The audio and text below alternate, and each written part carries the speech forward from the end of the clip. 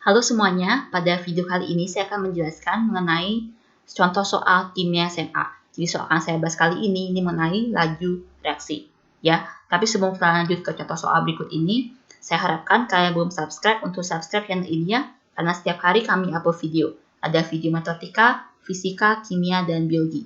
Jangan lupa kalian juga nyalakan juga loncengnya supaya kalian tahu kalau kami sudah upload video ya. Oke, sekarang saja ke contoh soalnya. Persamaan kecepatan reaksi untuk reaksi P plus 2Q menjadi C adalah V sama dengan K kali P, konsentrasi P dikali konsentrasi Q kuadrat.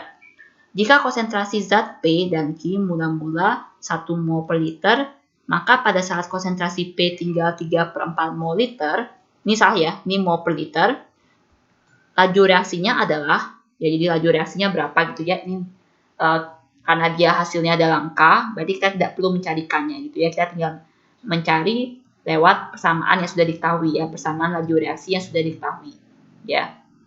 Nah, dalam persamaan laju reaksi ini kita harus mencari tahu dulu berapa konsentrasi Q-nya kan. Pada saat konsentrasi P-nya itu 3/4 mol per liter gitu ya. Nah, sekarang kita membuat dulu persamaan reaksinya. Jadi P ditambah dengan 2Q itu menjadi C gitu ya.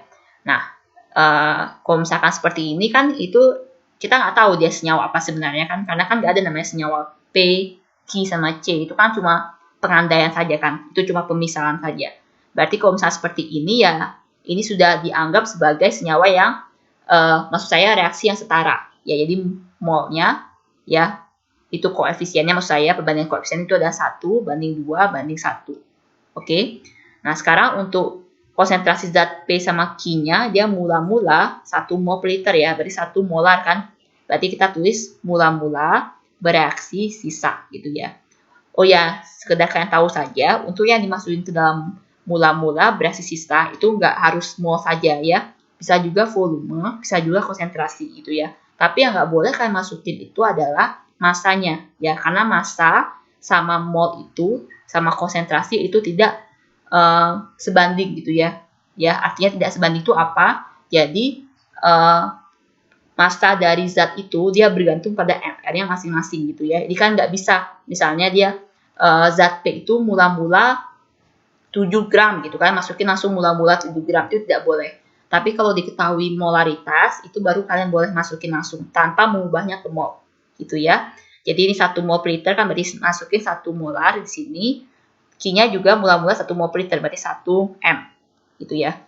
Nah, ini kan 1:2, dan ini kan 1 sama 1 molaritas, ya kan? 1 molar sama 1 molar. Nah, sekarang dilihat pada saat konsentrasi P tinggal 3/4. Berarti pada saat P tinggal 3/4 itu, dia berada di sisa. Ya, dia berada di sisa. Berarti sini ya, dia 0,75 molar. Gitu ya. Nah, kalau misalkan di sisanya tinggal 0,75 molar, dan mula-mula 1 molar, berarti kan yang bereaksi itu selisihnya, ya kan? Berarti 1 kurangi 0,75 itu adalah 0,25, sehingga di sini adalah 0,25 molar, ya. Dan ingat pada saat di bereaksi itu perbandingannya sama dengan perbandingan di koefisien.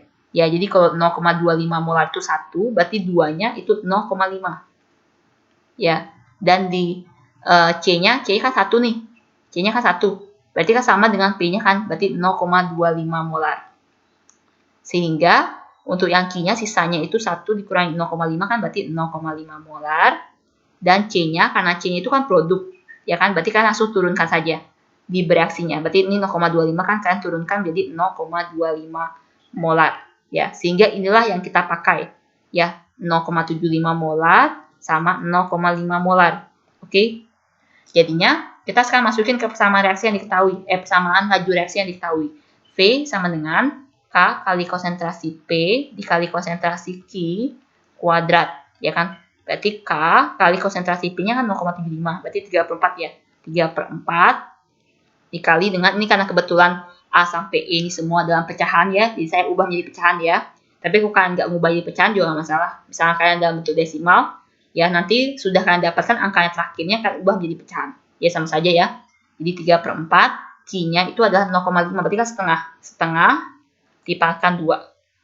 Ya jadinya K kali 3/4 dikali dengan 1/4 kan. Jadi 3/16 K. Sehingga untuk soal ini jawaban yang benar itu adalah yang B, yaitu 3/16K. Oke, sekian saja pembahasan saya untuk soal kali ini. Mudah-mudahan kalian bisa mengerti ya. Kalau kalian ada yang kurang mengerti atau ada yang ingin kalian tanyakan, kalian bisa komen di kolom komentar ya. Kalau kalian ada pertanyaan, misalnya pertanyaan di PR ataupun tugas, dan kalian bingung dan kalian ingin kami supaya membuatkan videonya, kalian bisa kirim soalnya ke email yang tertera di description. Terima kasih.